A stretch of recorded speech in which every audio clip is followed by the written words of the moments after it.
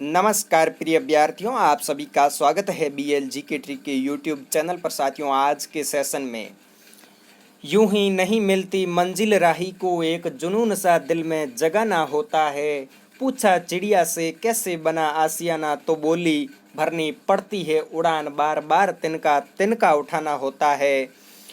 तो साथियों, अपने को प्रैक्टिस दर प्रैक्टिस करनी होगी, इसलिए एग्जाम फाइट कर पाएंगे। तो चलिए पहले प्रश्न से अपने सेशन की शुरुआत है। साथियों, मत्स्य जनपद किस राज्य में स्थित था, बताने की कोशिश कीजिए। साथियों, मत्स्य जनपद है वो किस राज्य में स्थित था। ऑप्शन है मध्य प्रदेश, हरियाणा, उत्तर प्रदेश, राजस्थान। बताने की कोशिश कीजिए। साथियों, अगर मैं इस प्रश्न के राइट आंसर की बात करूं तो इसका राइट आंसर है राजस्थान। क्या भाई, राजस्थान। राजस्थान में एकमात्र जनपद था, वो था मत्स्य जनपद। जी हाँ, एकमात्र ही जनपद था राजस्थान में, वो कौन सा था? मत्स्य जनपद था। साथियों, ऐसे भी पूछ लिया जाता है कि मत्स्य जनपद किस राज्य में स्थित था, तो राजस्थान में।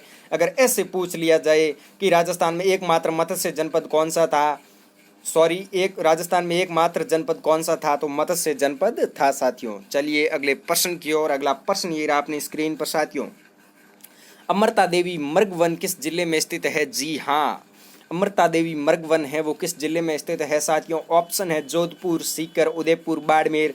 अब आप अपना उत्तर कमेंट बॉक्स में देने की कोशिश कीजिए। साथियों, अगर मैं इस प्रश्न के राइट आंसर की साथियों बात करूं तो इसका राइट आंसर है जोधपुर। क्या भाई, जोधपुर। जोधपुर में है वो अमृता देवी मृग वन स्थित है, जोधपुर के खेजड़ली गांव में। कहाँ भाई? जोधपुर के खेजड़ली गांव में। कई बार जिला नहीं पूछ के गांव पूछ लिया जाता है, तो आपको याद कर लेना है भाई, जोधपुर के खेजड़ली गांव में है जो अमृता देवी मृग वन स्थित है। साथियों, चलिए अगले प्रश्न की ओर। ये रहा अगला प्रश्न साथियों अपनी स्क्रीन पर। ये लो, भारत की सबसे बड़ी मीठे पानी की झील कौन सी है? साथियों, वेरी वेरी इंपॉर्टेंट क्वेश्चन। हर कंपटीशन एग्जाम में साथियों ऐसे ही क्वेश्चन पूछे जाते हैं। तो बताएं, भारत की सबसे बड़ी मीठे पानी की झील कौन सी है? ऑप्शन है वुलर झील, चिल्का झील, गोविंद सागर झील, शेषनाग झील। अब आप अपना उत्तर कमेंट बॉक्स में साथियों एक बार। अगर मैं इस प्रश्न के राइट आंसर की बात करूं और भारत की सबसे बड़ी मीठे पानी की झील की बात करूं तो वो है वुलर झील। क्या भाई, वुलर झील। ऑप्शन नंबर ए है वो इस प्रश्न का साथियों बिल्कुल राइट आंसर है। चलिए अगले प्रश्न की ओर। अगला प्रश्न ये रहा अपनी स्क्रीन पर। ये लो भाई, एशिया का सबसे बड़ा अंतःस्थलीय नमक उत्पादन केंद्र कौन सा है? जी हाँ, एशिया का सबसे बड़ा अंतःस्थलीय नमक उत्पादन केंद्र कौन सा है, आपको बताना है। ऑप्शन है साथियों डीडवाना, पचपदरा, सांभर, आना सागर। प्रश्न ये रहा, एशिया का सबसे बड़ा अंतःस्थलीय नमक उत्पादन केंद्र कौन सा है, और ऑप्शन ये रहे साथियों डीडवाना, पचपदरा, सांभर, आना सागर। अगर मैं साथियों इस प्रश्न के राइट आंसर की बात करूं तो इसका राइट आंसर है सांभर। क्या भाई, सांभर। तो चलिए अगले प्रश्न की ओर साथियों। अगला प्रश्न ये रहा अपनी स्क्रीन पर।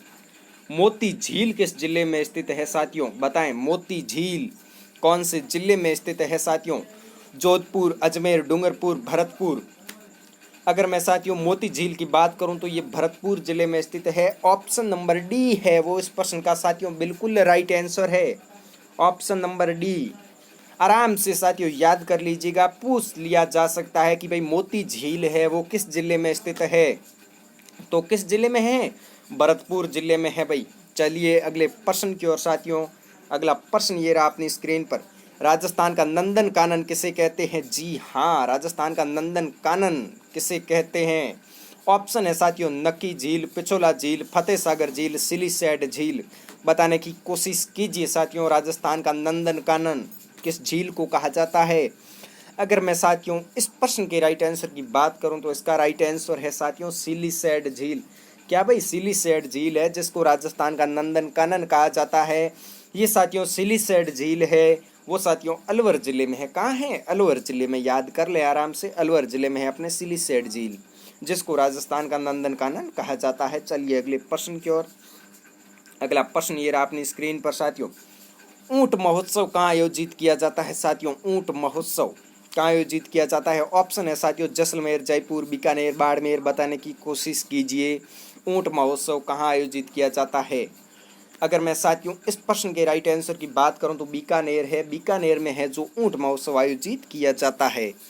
चलिए अगले प्रश्न की ओर। अगला प्रश्न ये रहा साथियों अपनी स्क्रीन पर। ये लो, वेरी वेरी इंपॉर्टेंट क्वेश्चन साथियों, इससे ज़्यादा तो इम्पोर्टेंट क्या हो सकता है। रामगढ़ विश्वधारी अभयारण्य कौन से जिले में स्थित है।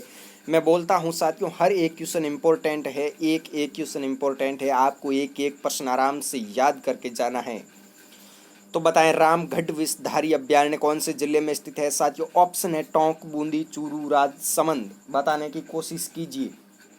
अगर मैं साथियों इस प्रश्न के राइट आंसर की बात करूं तो इस प्रश्न का राइट आंसर है बूंदी। क्या भाई, बूंदी। बूंदी जिले में है जो रामगढ़ विश्वधारी अभयारण्य स्थित है साथियों। यही समय है कुछ कर दिखाने का साथियों।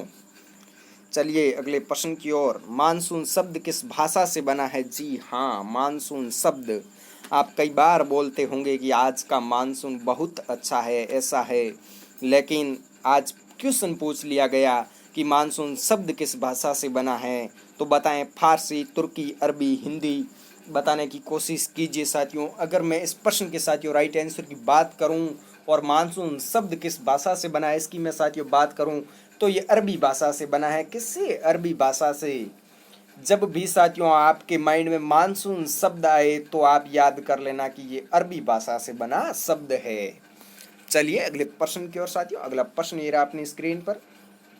राजस्थान का प्रथम नेशनल पार्क कौन सा है। जी हाँ, प्रथम नेशनल पार्क कौन सा है बताने की कोशिश कीजिए। रणथंभौर, सरिस्का, सज्जनगढ़, माउंट आबू। बताएं अपना उत्तर साथियों कमेंट बॉक्स में। अगर मैं साथियों राजस्थान के प्रथम नेशनल पार्क की बात करूं तो इसका राइट आंसर है रणथंभौर। क्या भाई, रणथंभौर। ऑप्शन नंबर ए है वो इस प्रश्न का बिल्कुल राइट आंसर है। तो साथियों आप सभी ने सेशन को बहुत अच्छे से देखा। जुड़े रहिए अपने साथ, अपन और भी बढ़िया क्लासें लेकर आएंगे जो आपके एग्जाम में रामबाण साबित होंगी। All the best. खुश रहिए, मस्त रहिए, हंसते रहिएगा। फिर मिलते हैं नेक्स्ट सेशन में। All the best.